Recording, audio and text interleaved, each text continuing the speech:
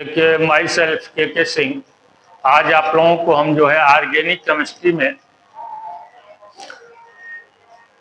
कार्बनिक रसायन में IUPAC बताने जा रहे हैं। इसके पहले एक लेक्चर हमारा है, लेकिन अब आज भी आप लोगों को बता रहे हैं। अगला लेक्चर आप लोग देखिएगा, बड़े अच्छे ढंग से बताएंगे और बड़े बड़े सरल ढंग से इससे आप लोग समझ में आए। यह सेकेंड लेक्चर है ऑर्गेनिक केमिस्ट्री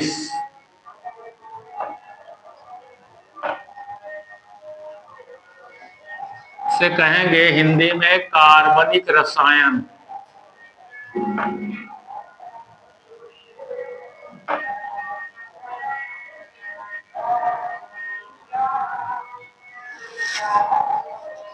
जैसा कि आप जानते हैं, कार्बनिक रसायन में कार्बन के साथ कार्बन के तत्वों का अध्ययन किया जाता है। कार्बन से जितने जुड़ते हैं उनका अध्ययन किया जाता है।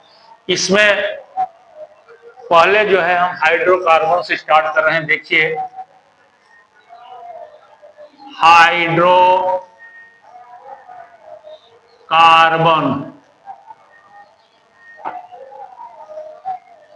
हाइड्रोकार्बन देखते हैं तो हाइड्रोकार्बन में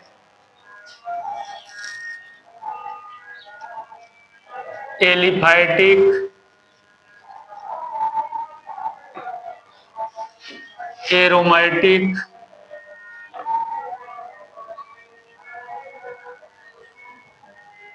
दो होते हैं। एलिफैटिक का मतलब होता है ओपन चेन। इसे कह लिख सकते हैं ओपन चेन। ओपन चेन या खुली श्रृंखला, इसे कहेंगे क्लोज चेन। क्लोज चेन या बंद श्रृंखला या बंद श्रृंखला, यहां लिख सकते हैं खुली श्रृंखला।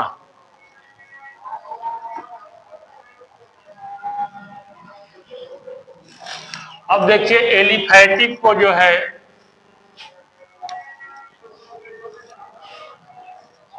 संतृप्त और असंतृप्त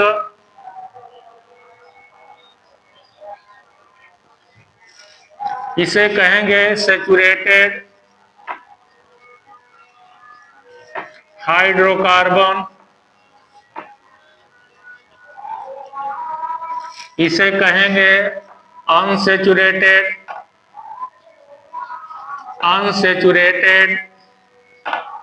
हाइड्रोकार्बन।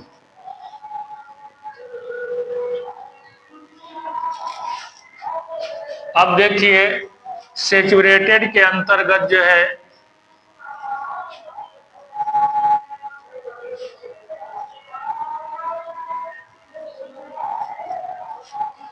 एल्केन आता है। एल्केन, इसका सामान्य सूत्र है CnH2n+2। और इसमें क्या आता है, एल्कीन और एल्काइन। एल्कीन और एल्काइन आता है इसमें। और इसका प्रॉपर्टीज क्या है संतृप्त में, एल्केन में? यह एकल बंध होता है। इसमें एकल बंध द्वारा कार्बन जुड़ा होता है।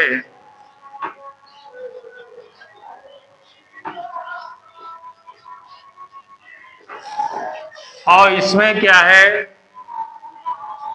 एल्कीन द्विबंध है और एल्काइन जो है त्रिबंध द्वारा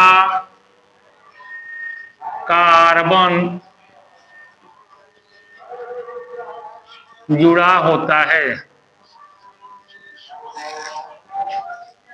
अब देखिए, हम जो है एल्केन के बारे में पहले पढ़ा थे, तो उसके बाद एल्कीन एल्काइन के बारे में बताएंगे। तो पहले आप लोगों को जो है हम एक बता रहे हैं केमिस्ट्री का गिनती जिसे कहते हैं, meth, eth, prop, but, pent, hex, hept, आर्क, नॉन और डेक। देखिए, एक नंबर यदि कार्बन संख्या कार्बन नंबर 1 है जिसे कहेंगे मेथ, हिंदी में लिखें, कुछ लड़के जो है हिंदी के लिए बोलते हैं। 2 में एथ, 3 नंबर कार्बन है, कार्बन संख्या 3 है जिसे कहेंगे प्रोब। कार्बन का नंबर 4 है जिसे कहेंगे ब्यूट। कार्बन नंबर 5 है जिसे कहेंगे पेंट। कार्बन नंबर 6 है जिसे कहेंगे हेक्स।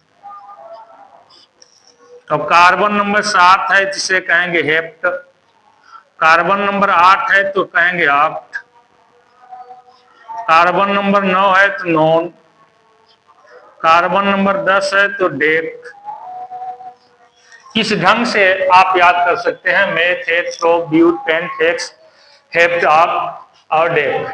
अब देखिए, जब एल्केन पढ़ा रहे हैं तो एल्केन का सामान्य सूत्र होता है, यहाँ लिखे हैं CnH2n +2 प्लस N लगा देते हैं। क्या लगा देते हैं? N और लग्नक लगा देते हैं। इस ढंग से हम बनाते चले जाएंगे। पहले देखते हैं, हम मेथ का बना रहे हैं। मेथ में जो है कार्बन की संख्या 1 है। इसमें देखिए आराम से आप बन जाए, किसी प्रकार की समस्या नहीं आएगी। मैथ में कार्बन 1 सूत्र में फिट कर ले रहे हैं। N क्या है?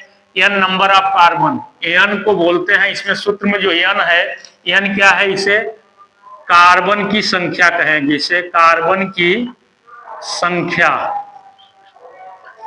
अब देखिए, यहां हमें मेथ बनाना है, तो मेथ से मेथेन बनाना है, तो इसमें कार्बन की संख्या 1 है, तो N की जगह हम 1 लिख दें, कुछ नहीं करना है। 1 2 × 1 + 2 + N। अब देखिए बन जाएगा C, 1 नहीं लिखा आता, 2, 1 का 2, 2 4 हो जाएगा, CH4 हो गया। तो इसे क्या कहेंगे? यह मेथ है, 1 कार्बन है, तो यहां लिख सकते हैं, इसका नाम लिखना है, तो मेथ, यह धन N है, तो क्या हो जाएगा? मेथेन। क्या हो गया? मेथेन।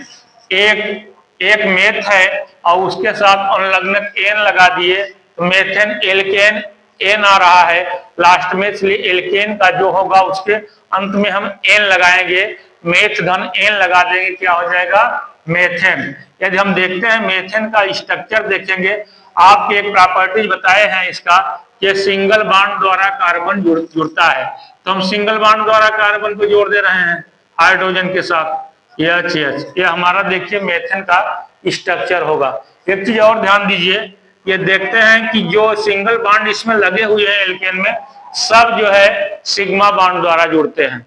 सिंगल बॉन्ड में सिग्मा बॉन्ड द्वारा ही जुड़ते हैं। यह भी सिग्मा बॉन्ड है, इसमें भी सिग्मा बॉन्ड, इसमें भी सिग्मा बॉन्ड, इसमें सिग्मा बॉन्ड, इसमें सिग्मा बॉन्ड से जुड़ते हैं। इसी ढंग से हम एथ को यदि बनाना है, एथ का मतलब 2 कार्बन है, तो सीधा सूत्र के माध्यम से N की जगह 2 लिख देंगे, अब कुछ नहीं करना है। +2 धन N क्या बन जाएगा? एथ धन N बराबर एथेन। क्या बन गया? एथेन। अब इसका सूत्र क्या हो गया? C2 2 लिख दिए, 2 दूना 4, 2 6, H6, C2H6। और इसका नाम क्या हो गया? 2 कार्बन है, एथ, और उसका अनुलग्नक N लग गया, क्या बन गया? एथेन। अब इसका हमें जो है इसका स्ट्रक्चर बनाना हुआ एथेन, तो सीधा सीधा है कि हम 2 कार्बन को सिंगल बॉन्ड से ही जोड़ेंगे। अच्छा है, तो इस ढंग से जो है हाइड्रोजन को हम जोड़ देते हैं, कुछ नहीं करना है इसमें। देखिए अपने आप C2H6 हो गया। यह किसका है? एथेन का है। क्या है? एथेन। अब इसी ढंग से हम प्रोप का जोड़ सकते हैं। प्रोप में कितने कार्बन है? 3 कार्बन है। तो C3 2 इंटू एन की जगह 3 प्लस 2 है ही, प्लस एन लगा देंगे, क्या बन जाएगा? यह प्रोप वाला कर रहे हैं, ये हो गया, ये हो गया प्रोप वाला। 3 है तो प्रोप प्लस एन बराबर प्रोपेन, क्या हो गया? प्रोपेन। तो प्रोपेन जब हो गया, इसका हमें सूत्र निकाल लीजिए। C3 है 3 दूना 6 2 8, C3H8 हो गया। इस सूत्र को हमें विस्तार से लिखना है। इसको हम इस ढंग से भी लिख सकते हैं, 1 2 3 कार्बन है, एक खुली श्रृंखला में लिखना है तो H यहाँ लगा दिए, H यहाँ, H यहाँ, और यह 8 है तो CH3 CH2 CH3 लिख दे रहे हैं, CH3 CH3 3 3 6 2 8 हो गया। इसको इस ढंग से भी हम लाइनर में लिख सकते हैं, किसी प्रकार की समस्या नहीं रहेगी। इसको इस ढंग से भी हम लिख सकते हैं। इसको भी इसी ढंग से लिखना चाहें लिख सकते हैं। 2 कार्बन है CH3 CH3 लिख सकते हैं। अब मेथेन का है CH4 हम लिख सकते हैं। इसको भी मेथेन को भी CH3 CH नहीं, मेथेन का वही रहेगा, CH4 है, 1 कार्बन है ना, तो इसका जो है हम लिख सकते हैं मेथेन एथेन प्रोपेन का इस ढंग से। अब प्रोपेन का स्ट्रक्चर बनाना है हमें, तो स्ट्रक्चर प्रोपेन में किसी प्रकार की समस्या नहीं है। 1 कार्बन 2 कार्बन 3 कार्बन लिख दीजिए और यहाँ हाइड्रोजन लगा दीजिए, कुछ नहीं करना है आपको। स्ट्रक्चर जो है आपका 3 2 5 2 7 1 8, यह हो गया प्रोपेन का। प्रोपेन हो गया और स्ट्रक्चर भी बन गया। अब देखिए, अब हमें यदि पेंटेन बनाना है, ब्यूटेन, ब्यूटेन का भी आप देख लीजिए C, अब सूत्र में लग दीजिए, C की जगह C लिख दे रहे हैं, N की जगह 4 लिख दे रहे हैं, H 2 इंटू 4 है प्लस 2 N। अब क्या बन जाएगा? C4 H 4 दूना 8 2 10, H 10 बन गया। यदि इसका नाम लिखना है तो हमें, यह ब्यूट है ही 4, तो ब्यूट धन N बराबर ब्यूटेन, क्या बन गया? ब्यूटेन बन गया। अब हमें C4H8 इसका हमें जो है श्रृंखला बनाना है लाइनर एक्सिस में, तो 1 कार्बन 2 कार्बन 3 4 कार्बन हो गया। CH3 CH3 3 3 6 CH3 और CH कर सकते हैं, या 3 3 6, या CH2 कर दें, CH2। देखिए यह जो है 3 3 6 2 8 2 10, यह हमारा ब्यूटेन का हो गया। यदि हमें ब्यूटेन का स्ट्रक्चर बनाना है तो 1 2 3 4, यहाँ हाइड्रोजन लगा दो, यहाँ हाइड्रोजन, यहाँ हाइड्रोजन, यहाँ हाइड्रोजन, ये हाइड्रोजन, यह हाइड्रोजन, हाइड्रोजन हाइड्रोजन, 3 3 6 3 त्रिका 9 1 10 हो गया। यह हमारा ब्यूटेन का जो है स्ट्रक्चर बन गया, किसी प्रकार की समस्या नहीं आएगी। यह तो हो गया प्रोपेन का। अब यह किसका है? यह ब्यूटेन का हो गया। किसका हो गया? ब्यूटेन का। इसी ढंग से हम बना सकते हैं। यह ब्यूट हो गया। पेंट का भी हमें बनाना है, तब भी जो है यहाँ देखिए इस ढंग से यहाँ बना सकते हैं हम। सूत्र पहले लिख लेंगे, CnH2n + 2 धन N लगा देंगे तो 5 है। ये 5 कार्बन की संख्या कितनी है? यहाँ 5 है, तो N की जगह 5 लिख देंगे। 2 × 5 + 2 धन N लगा देंगे तो क्या हो गया? C5 5 दूना 10 2 12। तो अब इसका जो है पेंट है 5 है, तो क्या पेंट धन N बराबर पेंटेन, क्या बन गया? पेंटेन। अब हमें स्ट्रक्चर बनाना है तो सीधा सीधा सिंगल बॉन्ड रहेगा। इसकी प्रॉपर्टीज है 3 4 5,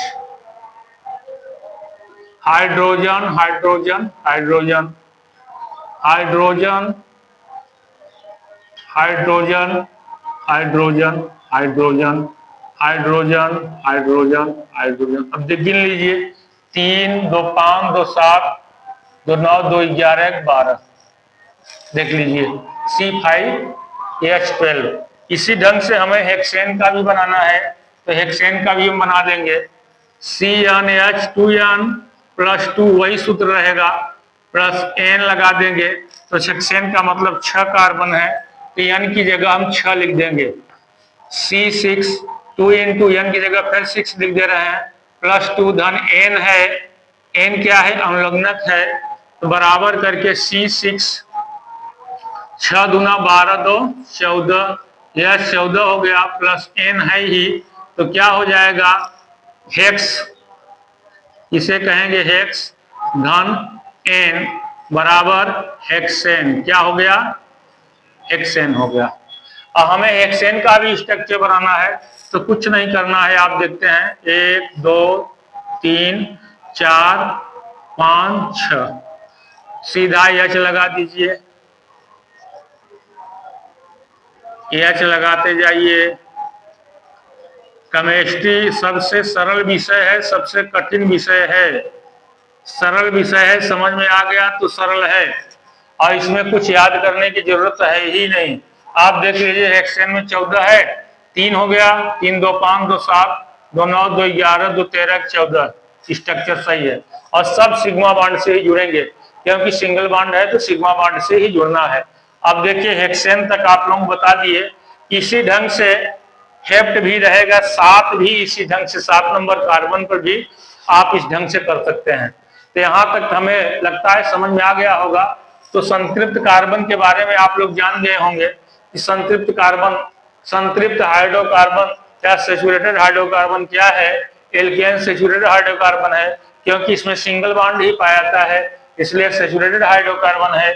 और यह सिंगल बॉन्ड से जुड़ता है, इसलिए संतृप्त हाइड्रोकार्बन, इसके अंतर्गत केवल एल्केन ही आता है संतृप्त में, और असंतृप्त के अंतर्गत जो है आपका एल्कीन और एल्काइन आता है। तो एल्कीन और एल्काइन का जो है अगले नेक्स्ट वीडियो में आप लोगों को बताएंगे। यहाँ तक पूरा हो गया, ये बताएंगे और एरोमेटिक दोनों बताएंगे। यहाँ तक आप लोग ध्यान दीजिएगा, नेक्स्ट वीडियो में बताएंगे। Thank you very much.